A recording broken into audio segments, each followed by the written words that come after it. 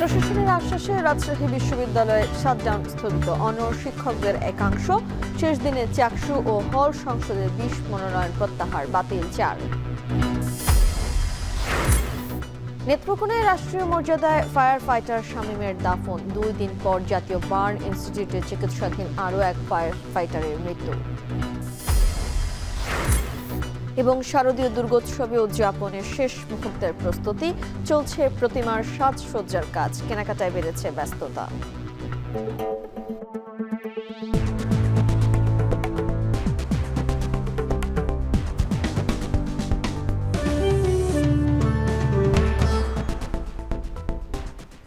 স্বাগত এখন জনপদে, সঙ্গে আছি আমি তানজিলা খান মিম। রাজশাহী বিশ্ববিদ্যালয় প্রশাসনের আশ্বাসে 7 কার্যদিবস পর্যন্ত কর্মসূচি স্থগিত করেছেন বিশ্ববিদ্যালয়ের কর্মকর্তা কর্মচারীরা। তবে দাবি আদায় না হওয়া পর্যন্ত কর্মসূচি চালিয়ে যাওয়ার ঘোষণা দিয়েছে জাতীয়তাবাদী শিক্ষক ফোরাম। এদিকে শাটডাউনের প্রতিবাদে মানববন্ধন করেছে ছাত্র শিবির। মারুফ হাসানের প্রতিবেদন। কিছুদিন আগেই রাজশাহী বিশ্ববিদ্যালয়ের ক্যাম্পাস নির্বাচনী প্রচারণায় মুখর থাকলেও এখন নেমে এসেছে স্থবিরতা। পোষ্যকোটা পুনর্বহালের প্রতিবাদে শিক্ষার্থীদের আন্দোলনে ঘটে ধস্তাধস্তির ঘটনা। এরপর ভর্তি কার্যক্রম স্থগিতের পর কমপ্লিট শাটডাউন কর্মসূচি পালন করছিল বিশ্ববিদ্যালয়ের শিক্ষক কর্মকর্তা কর্মচারীরা। বুধবার সকাল থেকে চতুর্থ দিনের মতো শাটডাউন কর্মসূচির অংশ হিসেবে অবস্থান নেয় শিক্ষক কর্মকর্তা কর্মচারীরা। পরে প্রশাসনের আশ্বাসে আগামী 7 কর্মদিবস পর্যন্ত কর্মসূচি স্থগিত করেছে কর্মকর্তা কর্মচারীরা। যদিও দাবি আদায় না হওয়া পর্যন্ত কর্মসূচি চালিয়ে যাওয়ার ঘোষণা দিয়েছে জাতীয়তাবাদী শিক্ষক ফোরাম। 7 কর্মদিবসের মধ্যে যদি আমাদের প্রাণের দাবি, সন্ত্রাসীদের ন্যায় বিচার এবং প্রাতিষ্ঠানিক সুবিধা হতে আমাদের ফিরিয়ে দেওয়া না হয়, 7 কর্মদিবস পরে আমরা আরো বৃহত্তর কর্মসূচি গ্রহণ করব। শিক্ষক কর্মকর্তা কর্মচারীদের উপর নৃশংস ন্যাক্কারজনক হামলার প্রতিবাদে শাটডাউন কর্মসূচি চলছে, সেটা এখনো চলমান আছে এবং আমরা এর সুষ্ঠু বিচার না হওয়া পর্যন্ত আমরা আন্দোলন চালিয়ে যাব। এই পর্যায়ে আমরা এখনো অটুট আছি, আমাদের আন্দোলন বন্ধ হওয়ার কোনো সুযোগ নাই। তবে এ ধরনের কর্মসূচিতে নির্বাচনে প্রভাব পড়বে না বলছে বিশ্ববিদ্যালয় প্রশাসন। সকল পক্ষের সাথে কথা বলে একটা পজিটিভ অ্যাটিটিউডই আমরা পেয়েছি বিশ্ববিদ্যালয় চালিয়ে নেওয়ার জন্য। কারণ বিশ্ববিদ্যালয়ের স্বার্থ হলো সবার উপরে এবং এখন আমাদের প্রশাসনেরও ডিটারমিনেশন আছে যে 16 তারিখে ইলেকশন করে ফেলা এবং নির্বাচন কমিশন রিটার্নিং অফিস সেখানেও তাদেরও ডিটারমিনেশন আছে যেন 16 তারিখে ইলেকশন হয়ে যায়। এদিকে বিশ্ববিদ্যালয়ে শাটডাউনের প্রতিবাদে মানববন্ধন করেছে ছাত্র শিবির। রাকসু নির্বাচন বানচালের অপচেষ্টা হিসেবে দেখছেন তারা। নির্দিষ্ট কয়েকটি রাজনৈতিক গোষ্ঠীর শিক্ষক যারা এই পোষ্যকোটা ফিরিয়ে এনে নির্বাচন বিশ্ববিদ্যালয়ের পরিবেশ অস্থিতিশীল করেছে এবং নির্বাচনকে পিছিয়ে দেওয়ার অপরাজনীতি করেছে। ঘোলা পানিতে মাছ শিকার করার মতো তারা রাকসুটা বানচাল করতে চায়। সব সংকট কাটিয়ে আবারও উৎসব মুখর পরিবেশে শুরু হবে একাডেমিক ও প্রশাসনিক কার্যক্রম। সম্পূর্ণ হবে 35 বছর ধরে থেমে থাকা রাকসু নির্বাচন, আশা শিক্ষার্থীদের। মারুফ হাসান, এখন রাজশাহী। চট্টগ্রাম বিশ্ববিদ্যালয় কেন্দ্রীয় সংসদ ও হল সংসদ নির্বাচনে 20 জন প্রার্থী মনোনয়ন প্রত্যাহার করে নিয়েছেন। একই সঙ্গে 4 প্রার্থীর মনোনয়ন চূড়ান্তভাবে বাতিল ঘোষণা করেছে নির্বাচন কমিশন। বিকেলে মনোনয়ন প্রত্যাহারের শেষ দিনে প্রার্থীরা প্রত্যাহার ও বাতিল করা হয়। এরই মধ্যে ডোপ টেস্টের ফলাফলও হাতে পেয়েছে নির্বাচন কমিশন। সবকিছু বিবেচনা করে কাল প্রকাশ করা হবে চূড়ান্ত প্রার্থী তালিকা।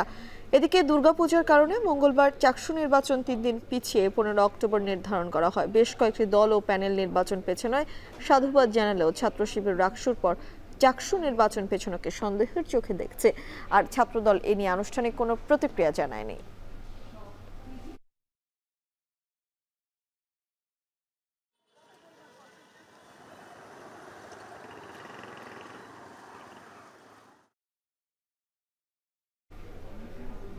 15 দফা দাবিতে কমপ্লিট শাটডাউন কর্মসূচি পালন করছে চট্টগ্রাম আন্তর্জাতিক ইসলামী বিশ্ববিদ্যালয়ের শিক্ষার্থীরা। এতে বন্ধ রয়েছে বিশ্ববিদ্যালয়ের ক্লাস ও পরীক্ষা, ল্যাব ও ক্লাস সংকট নিরসন, পরিবহন ও আবাসন সমস্যার সমাধান, 24 ঘন্টা মেডিকেল সেন্টার সেবা চালু রাখার দাবিতে গত কয়েকদিন ধরে আন্দোলন করে আসছে আন্তর্জাতিক ইসলামী বিশ্ববিদ্যালয়ের শিক্ষার্থীরা। এছাড়া টিউশন ফি, লেট পেমেন্ট ও ওয়েভার ফির নামে বিপুল অঙ্কের টাকা জরিমানা করছে বিশ্ববিদ্যালয় কর্তৃপক্ষ, যা শিক্ষার্থীদের পক্ষে দেওয়া সম্ভব নয়। তাই এসব ফি কমানোর দাবি জানান শিক্ষার্থীরা।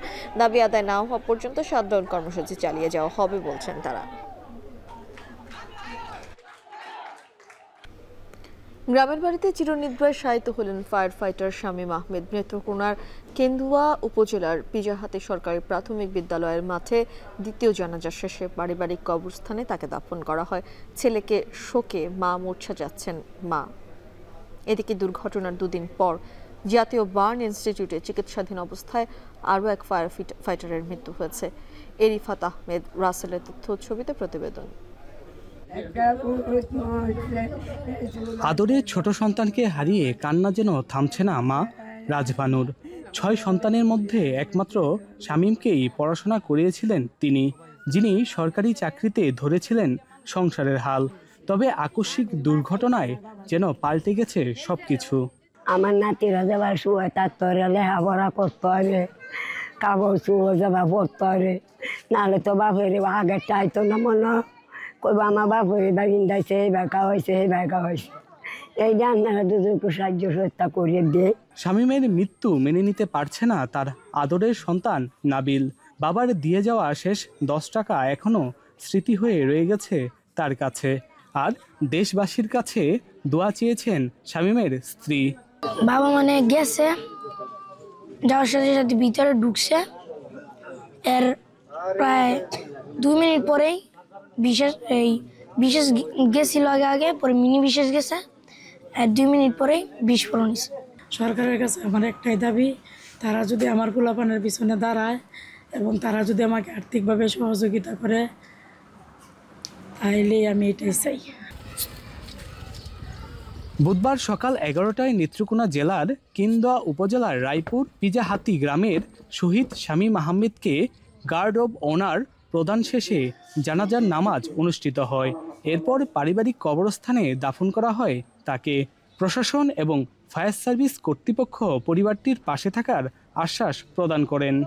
ফায়ার সার্ভিস এবং সিভিল ডিফেন্স বিভাগ আজীবন স্মরণে রাখবে এবং আমাদের আগামী প্রজন্ম এই সাহসিকতার প্রতি শ্রদ্ধা জানিয়ে তারাও সাহসী ভূমিকা পালন করবেন। আমরা প্রশাসনের পক্ষ থেকে ফায়ার সার্ভিসের মাধ্যমে আমরা তাকে শ্রদ্ধাঞ্জলি দিয়েছি এবং গার্ড অফ অনার প্রদান করেছি। আর পাশাপাশি আমরা তার পরিবারের সাথে কথা বলেছি। তার একটি ছেলে এবং 2টি মেয়ে আছে, তার ওয়াইফ আছে, তার ভাইয়েরা আছেন। তা আমরা তাদের পাশে আছি। এবং এর আগে গাজীপুরের টঙ্গীতে রাসায়নিকের গুদামে লাগা আগুন নিয়ন্ত্রণ করতে গিয়ে ফায়ার সার্ভিস কর্মী শামীম আহমেদ অগ্নিদগ্ধ হয়ে চিকিৎসাধীন অবস্থায় মঙ্গলবার বিকেলে মারা যান। রিফাত আহমেদ রাসেল, এখন নেত্রকোনা। নির্বাচনী সীমানা পুনর্বহালের দাবিতে রংপুর আঞ্চলিক নির্বাচন অফিসের সামনেও বিক্ষোভ কর্মসূচি পালন করেছেন স্থানীয়রা। বেলা 12টার দিক নির্বাচন অফিস ঘেরাও করে বিক্ষোভ করেন তারা। রংপুর সিটি কর্পোরেশনের সাবেক মেয়র মোস্তাফিজুর রহমান মোস্তফা সহ স্থানীয়দের নেতৃত্বে বিক্ষোভ করেন তারা। এ সময় তারা বলেন, নতুন সীমানায় সিটি কর্পোরেশনের 9 নম্বর ওয়ার্ডকে রংপুর 3 আসন থেকে সরিয়ে রংপুর 1 আসনের সংযুক্ত করা হয়েছে। ফলে বিভিন্ন কাজে ভোগান্তিতে পড়তে হবে স্থানীয়দের। তাই দ্রুত সময় দাবি মেনে 9 নম্বর ওয়ার্ডকে 3 আসনে পুনর্বহাল করা না হলে কঠোর আন্দোলনের হুঁশিয়ার দেন বিক্ষোভকারীরা।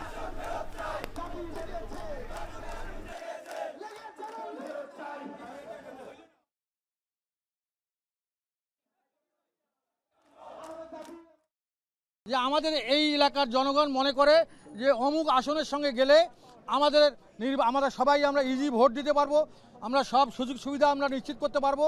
গণশুনানি হওয়ার পরে একটা সিদ্ধান্ত নেয়। কিন্তু এখানকার নির্বাচন কর্মকর্তা, আঞ্চলিক যে নির্বাচন কর্মকর্তা যারা এই সিদ্ধান্তটা নিয়েছে, তারা একটা আত্মঘাতী সিদ্ধান্ত নিয়েছে। তারা এলাকায় কোনো গণশুনানি করে নাই, তারা এখানে এসি রুমে বসে কীভাবে সিদ্ধান্ত নেয়। চট্টগ্রামের সাবেক ভূমিমন্ত্রী সাইফুজ্জামান চৌধুরী জাবেদের মালিকানাধীন আরামিড গ্রুপের অফিস থেকে নগদ প্রায় 1 কোটি টাকা উদ্ধার করেছে দুদক। চট্টগ্রামের কালুরঘাট শিল্প এলাকায় আরামিড গ্রুপের অফিসে 3টি ভোল্ট থেকে এই টাকা উদ্ধার করা হয়। দুপুরে এই অভিযান শেষে দুদকের কর্মকর্তারা জানান, বিভিন্ন সময় এভাবে নগদ টাকা তুলে হুন্ডির মাধ্যমে বিদেশে পাচার করেছেন সাবেক ভূমিমন্ত্রী।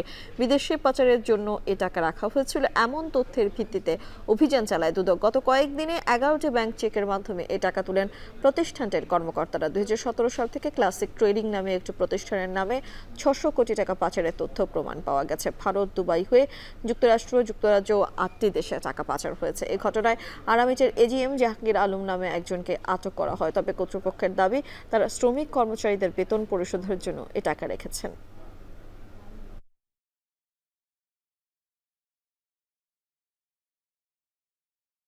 বিভিন্ন টাকাগুলো যেগুলো ব্যাংকে জমা হওয়ার কথা সেগুলো ব্যাংকে জমা না করে এই টাকাগুলো উনি এখানে নগদে এসে জমা করছেন। আমরা 3টা কক্ষ থেকে, উপর দোতলায় যে ওনাদের অফিস আছে, অ্যাকাউন্টস অফিস, সেখানে 3টা কক্ষ থেকে লকার এবং আলমারি থেকে প্রায় 1 কোটি টাকার মতো উদ্ধার করেছি। এগুলো আমাদের ইনভেন্টরি কাজ চলতেছে। আমরা এই টাকাগুলো ইনভেন্টরি করে এগুলো আইনগত পদক্ষেপ গ্রহণ করব।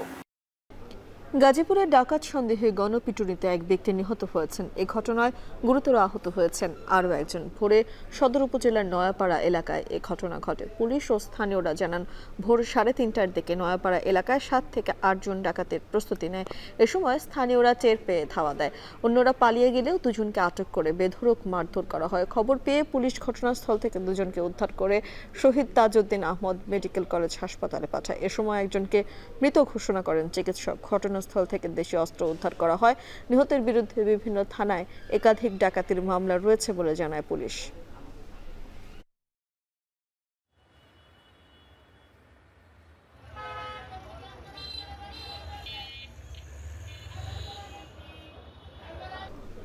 চাঁপাইনবাবগঞ্জের ভোলাহাটের চাঁদ শিকারী সীমান্ত দিয়ে 19 বাংলাদেশিকে পুশিন করেছে ভারতীয় সীমান্তরক্ষী বাহিনী বিএসএফ।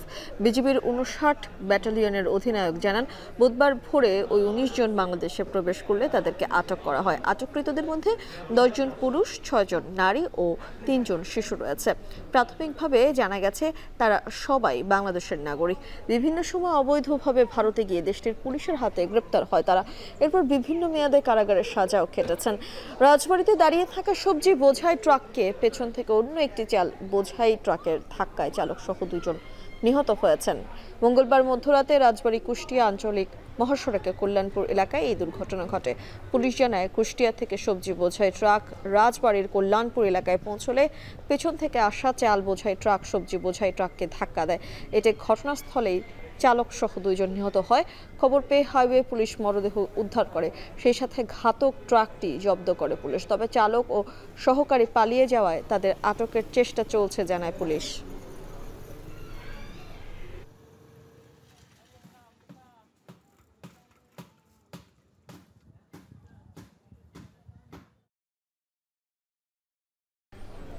বিশেষ মাদক বিরোধী অভিযানে কক্সবাজারের রুখিয়ায় বিপুল পরিমাণ ইয়াবা ট্যাবলেট উদ্ধার করেছে বিজিবি জানায়, গোপন সংবাদের ভিত্তিতে মঙ্গলবার রাতে জেলার বালুখালী ও পালংখালী বিওপি এলাকায় বিশেষ টহল অভিযান চালানো হয়। মিয়ানমার থেকে নৌকায় আসা চোরা কারবারিদের ধাওয়া করলে ব্যাগ ফেলে পালিয়ে যায় তারা।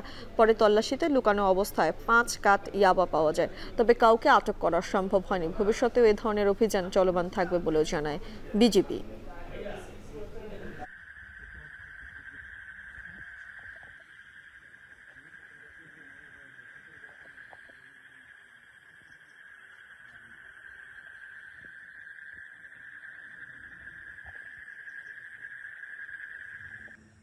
শারদীয় দুর্গোৎসবের উদযাপনে চলছে শেষ মুহূর্তের প্রস্তুতি। প্রতিমার সাজসজ্জা থেকে কেনাকাটার ব্যস্ততা বাড়ছে। সব মিলিয়ে সনাতন ধর্মাবলম্বীদের ঘরে ঘরে এখন আনন্দের আমেজ। প্রতিনিধিদের পাঠানো তথ্যে বিস্তারিত। দুর্গাপূজা ঘিরে ময়মনসিংহে 14টি কারখানায় দিনরাত কাজ করে প্রতিমা গড়ছে কারিগররা। সনাতন ধর্মাবলম্বীদের ঘরে ঘরে চলছে প্রস্তুতি, মার্কেটে কেনাকাটার ধুম। জেলায় এবার 781টি পূজা মণ্ডপে আয়োজন করা হচ্ছে দুর্গোৎসবের। এর মধ্যে সিটি কর্পোরেশনে রয়েছে 88টি মণ্ডপ। শান্তিপূর্ণভাবে উৎসব উদযাপনের ব্যাপক নিরাপত্তা ব্যবস্থা নিয়েছে আইনশৃঙ্খলা বাহিনী। আমাদের তো এখন শেষ মুহূর্তে সবারই প্রস্তুতি, আর মা আসছে সেটা তো আসলে আনন্দের জিনিস। সারা বছর আমরা প্রতীক্ষায় থাকি যে মা আসবে। ছোটরা আনন্দ করবে, একটু খাওয়া দাওয়া, ঘোরাফেরা, তো এইসব মিলিয়ে আর কি আমাদের শারদীয় উৎসবটা, পূজা পার্বণটা শুরু হয় আর। এদিকে কুমিল্লায়ও বইছে উৎসবের আমেজ। মহালয়ার পর থেকে শুরু হয়েছে আনুষ্ঠানিকতা। আগামী 29 সেপ্টেম্বর মহাষষ্ঠীর মধ্য দিয়ে শুরু হবে দুর্গোৎসবের মূল আয়োজন। এবার জেলার 812টি মণ্ডপে হবে পূজা। নিরাপত্তার পাশাপাশি প্রতিটি মণ্ডপে স্বেচ্ছাসেবক বাহিনীও থাকবে বলে জানান পূজা উদযাপন পরিষদ। শহরের নানুয়া দিঘির পাড়, কান্দির পাড়, ঠাকুরপাড়া, ধর্মসাগর সহ ঐতিহ্যবাহী পূজা মণ্ডপে প্রতিমা সাজসজ্জার কাজ প্রায় শেষ পর্যায়ে। প্রতিমা তৈরি করেন তারা, মোটামুটি আমাদেরকে প্রতিমা ডেলিভারি দেওয়ার জন্য তারা প্রস্তুত। অন্যদিকে মাগুরায় দুর্গোৎসব ঘিরে জমে উঠেছে কেনাকাটা। সকাল থেকে রাত পর্যন্ত শপিং মলে উপচে পড়া ভিড় ক্রেতাদের। ভারতীয় পোশাক কম থাকায় বাড়তি চাহিদা দেশীয় শাড়ি ও চায়না পণ্যগুলোর। হাজবেন্ডের জন্য একটা পাঞ্জাবি, আমি শাড়িও কিনবো, ভাবছি আমাদের দেশি পণ্যই কিনবো। আমি কিছু কিনেছি, আরো কিছু কিনবো। দামও মোটামুটি সাধ্যের ভিতরই আছে। এবার দেশীয় জিনিসের চাহিদা বেশি, ইন্ডিয়ান জিনিস পরিমাণ এবার কম, কিন্তু কাস্টমারের খুব পছন্দ দেশীয় পণ্য। দুর্গাপূজাকে সামনে রেখে প্রতিমা সাজসজ্জা থেকে শুরু করে কেনাকাটায় জমে উঠেছে উৎসবের আমেজ। সুরাই আক্তার, এখন। শেষ করছি এখন জনপদ। এখন টেলিভিশন ওয়েবসাইটে দেখতে ভিজিট করুন এখন.tv, ফেসবুকে দেখুন facebook.com/tv.এখন, ইউটিউবে দেখুন youtube.com/c/echontv।